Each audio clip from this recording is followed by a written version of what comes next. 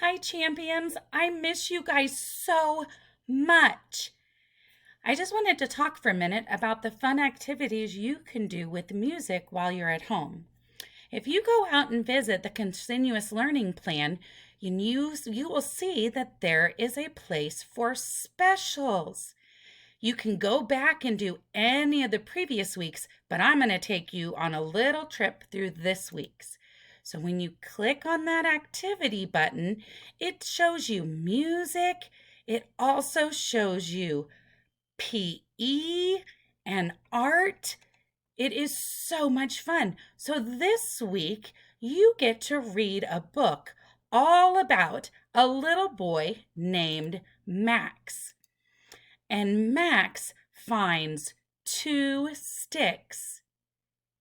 It is so much fun. I think you'll really like it. Then you can also make your own found sound. Look at this. You can find your own items and make your own rhythms. Champions, I hope you have a great week. I miss you and I cannot wait to see you again.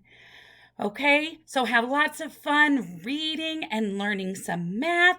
Don't forget to go outside and play and share some PE fun with your family. And I'll see you all soon, okay? Bye, everybody.